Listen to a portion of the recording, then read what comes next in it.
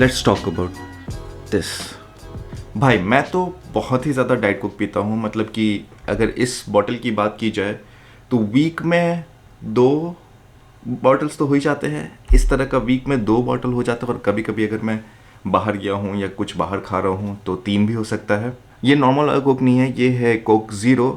इसमें शुगर नहीं होता, ज़ीरो शुगर लिखा हुआ है, जिसकी वजह से कैलोरीज भी नहीं होती।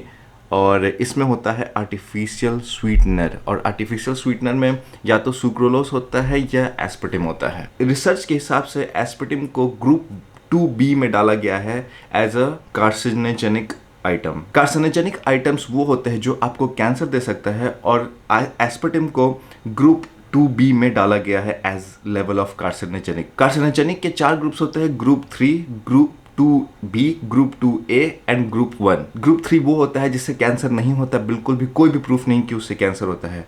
ग्रुप 2B होता है जिसमें कार्सिनोजेनिक है, मतलब कि उससे कैंसर हो सकता है but it might cause cancer. इतना ज़्यादा रिसर्च नहीं हुआ है कि हम 100% गारंटी दे सकते हैं कि वो कार्सिनोजेनिक है। और इससे थोड़ा सा लेवल ऊपर होता है ग्रुप 2A का। और ग्रुप 1 कार्सिनोजेनिक का मतलब वो हुआ जिसमें रिसर्च है, प्रूफ है कि वो कैंसर कॉज करता है। और अगर आप उसका सेवन करते हो, चाहे वो स्मोकिंग हो, चाहे वो ड्रिंकिंग फॉर्म में हो या चाहे ईटिंग फॉर्म में हो, आपको उससे कैंसर हो सकता है, और बहुत बड़ा चांसेस है कि आपको उससे कैंसर होगा। ग्रुप 3 को स्किप करके, क्योंकि उसको बात करने की जरूरत नहीं है, ग्रुप 2B की बात करते हैं जहाँ पे एस्पर्टिम भी है, यहाँ पे एलोवेरा भी है। तो जितना खतरनाक एस्पर्टिम है उतना ही खतरनाक एलोवेरा भी है। और इसी ग्रुप में आता है हमारे फ़ोन का मैग्नेटिक फील्ड। मुझे मैग्नेटिक फील्ड के मतलब फ़ोन से निकलने वाले रेज और मैग्नेटिक फील्ड के बारे में ज़्यादा पता तो नहीं है, बट आप अगर अपने फ़ोन को अपने पास लेके घूम रहे हो और हमेशा अपने पास रखते हो तो वो भी उसी ग्रुप में आता है जिसमें एस्पर्टिम आता है। अगर आप किसी तरह से एलोवेरा को यूज़ कर रहे हो तो वो भी उसी ग्रुप में आता है जिसमें एस्पर्टिम आता है। अब हम बात करते हैं ग्रुप 2A का। इसमें आते हैं वर्किंग ओवरनाइट। अगर आप लेट तक काम करते हो या अगर आपकी नाइट शिफ्ट है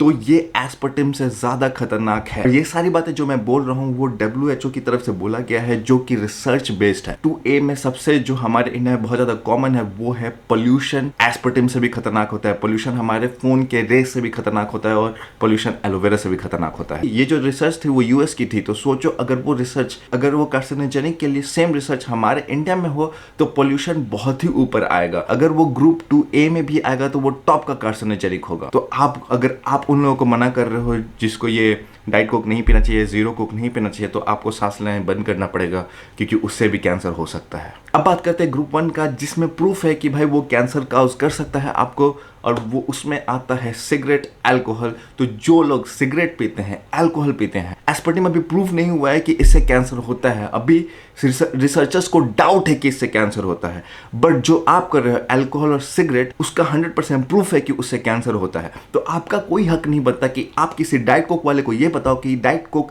हार्मफुल है और आपको डाइट कोक नहीं पीना चाहिए। ये सिगरेट अगर आप हर रोज़ एक डब्बा स्मोक करते अपने पूरे लाइफ टाइम के लिए, तो आप अपने लाइफ टाइम में से 7 से 8 से या 10 साल भी कम कर सकते हो। बट अगर आप रोड पे चल रहे हो और लाइफ में 1-2 बार कभी ऐसा हुआ कि लोग स्मोक कर रहे हो और आप वहाँ से गुजर रहे हो और आपने इनहेल कर लिया, तो वो कोई भी हार्म नहीं करने वाला है आपको। 1 लीटर पानी आपकी हेल्थ के लिए बहुत ही ज़्यादा अच्छा होता है, लेकिन अगर आप 1 लीटर पानी हर घंटे पियोगे तो 24 घंटों में आपकी डेथ हो सकती है ओवर ड्रॉनिंग की वजह से, जिसको हम फेटल वाटर इंटॉक्सिकेशन कहते हैं, जहां पे आप इनसाइड आउट ड्रॉन करते हो, मतलब कि अंदर से आप डूब के मर गए। मेरा कहने का मतलब यही है कि too much of anything can be poisonous to us. मतलब कि कोई भी चीज़ अगर आप हद से ज़्यादा करोगे तो वो हमारे लिए जहरीला हो सकता है, वो हमारे हेल्थ के लिए अच्छा नहीं होगा। और इसी तरह से एस्पर्टिम भी हार्मफुल हो सकता है अगर आप इसको बहुत ही ज़्यादा कंज्यूम करोगे तो। और एस्पर्टिम कब बहुत ज़्यादा होगा वो मैं आपको बताता हूँ। WHO के हिसाब से सेफ लिमिट है 40 to 50 mg पर kg बॉडी वेट। इसका मतलब हुआ मेरा अगर वेट 75 kg है, 75, और अगर हम लोअर लिमिट लेते हैं 40, मैं 3000 mg एस्पर्टिम कंज्यूम कर सकता हूँ, mg डेली कंज्यूम कर सकता हूँ, और वो कार्सिनोजेनिक नहीं है। इससे ज़्यादा कंज्यूम करो तो फिर वो ग्रुप 2B में कार्सिनोजेनिक आता है। और इतना कंज्यूम करने के लिए मुझे कम से कम 20 to 25 bottles of Coke zero और डाइट कोक कंज्यूम करना पड़ेगा। 20 to 25। भाई कौन पी रहा है 25 से 20 डाइट कोक हर एक रोज? अगर आप हर रोज 20 से 25 बॉटल खत्म कर रहे हो डाइट कोक के अपनी पूरी लाइफ टाइम के लिए, it might cause cancer to you. इस मतलब उससे मे भी आपको कैंसर हो सकता है, इसका प्रूफ नहीं है, बट मे भी अगर आप 20 से 25 बॉटल पियोगे हर रोज अपने पूरे लाइफ टाइम के लिए तो कैंसर हो सकता है, मे भी।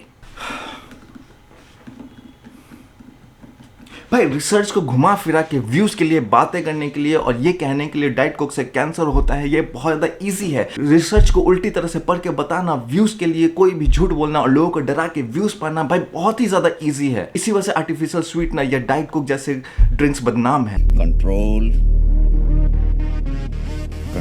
उदय।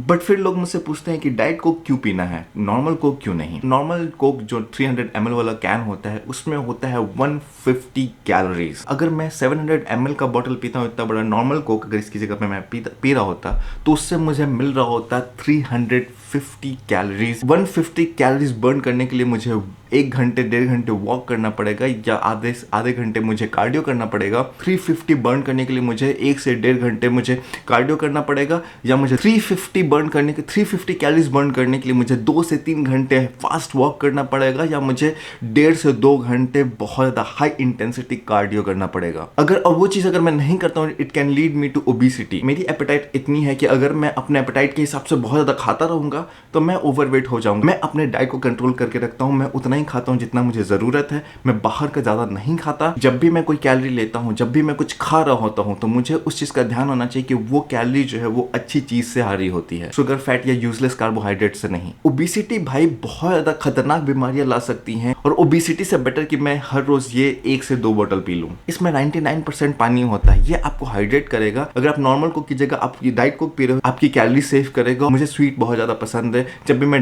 रात में डिनर कर लेता हूँ तो मुझे मीठा खाने का मन करता है।